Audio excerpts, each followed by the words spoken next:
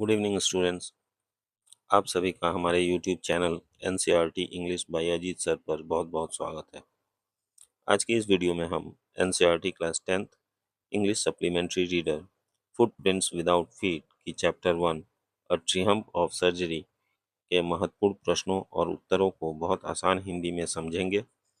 यह वीडियो आपके school exam और बोर्ड परीक्षा की तैयारी के लिए बहुत उपयोगी होने वाली है। मैं हर प्रश्न का आसान एक्सप्लेनेशन दूंगा ताकि आप उत्तर को आसानी से समझ सकें और याद भी कर सकें। तो वीडियो को अंत तक ज़रूर देखिए और अगर वीडियो पसंद आए तो लाइक, शेयर और चैनल को सब्सक्राइब करना ना भूलें। चलिए शुरू करते हैं आज का वीडियो।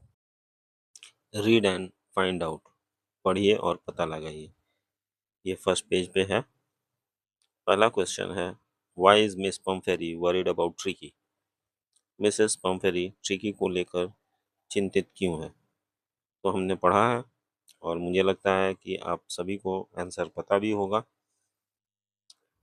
चलिए आंसर देता हूँ मैं।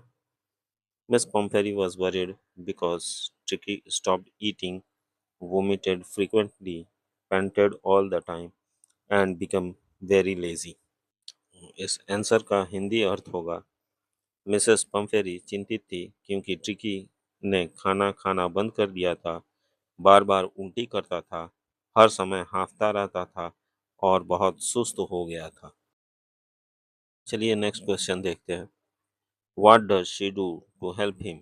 Is she wise in this? उसकी मदद करने के लिए वह क्या करती है? क्या वह इसमें समझदार है? इसका उत्तर होगा, she called the veterinary doctor and allowed Tricky to be hospitalised. Yes, her decision was wise because Tricky recovered completely। इसका हिंदी अर्थ होगा, उन्होंने पशु चिकित्सक को बुलाया और ट्रिकी को अस्पताल में भर्ती होने दिया। हाँ, उनका निर्णय समझदारी भरा था क्योंकि ट्रिकी पूरी तरह ठीक हो गया। चलिए अगले क्वेश्चन की तरफ बढ़ते हैं। Who does I refer to in this story? इस कहानी में आई किसके लिए प्रयोग किया गया है? इसका उत्तर होगा, I refer to Mister Herriot the veterinary surgeon. I का प्रयोग पशु चिकित्सक मिस्टर हैरियट के लिए किया गया है। Read and find out, page number 3, पढ़िए और पता लगाइए। चलिए पहला क्वेश्चन देखते हैं। Is the narrator as rich as Tricky's mistress? क्या कथावाचक ट्रिकी की मालकिन जितना अमीर है?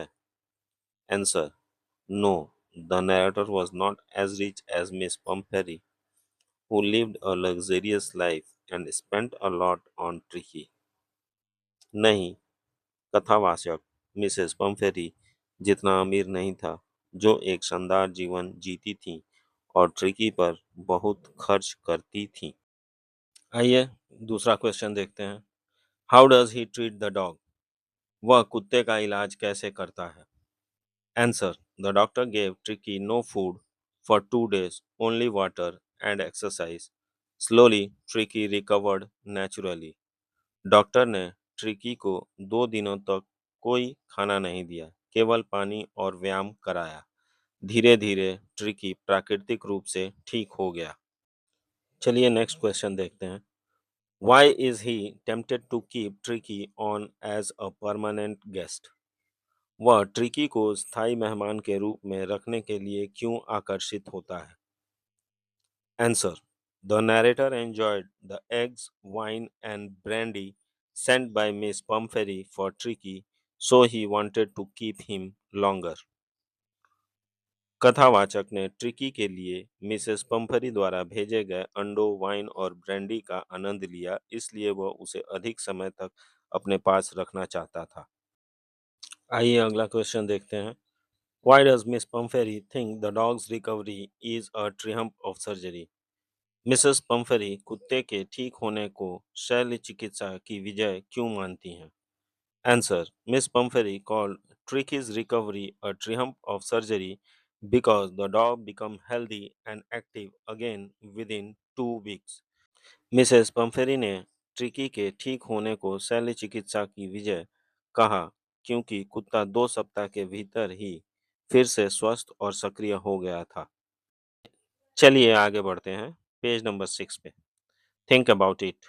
पहला क्वेश्चन है, what kind of a person do you think the narrator a veterinary surgeon is? Would you say he is tactful as well as full of common sense?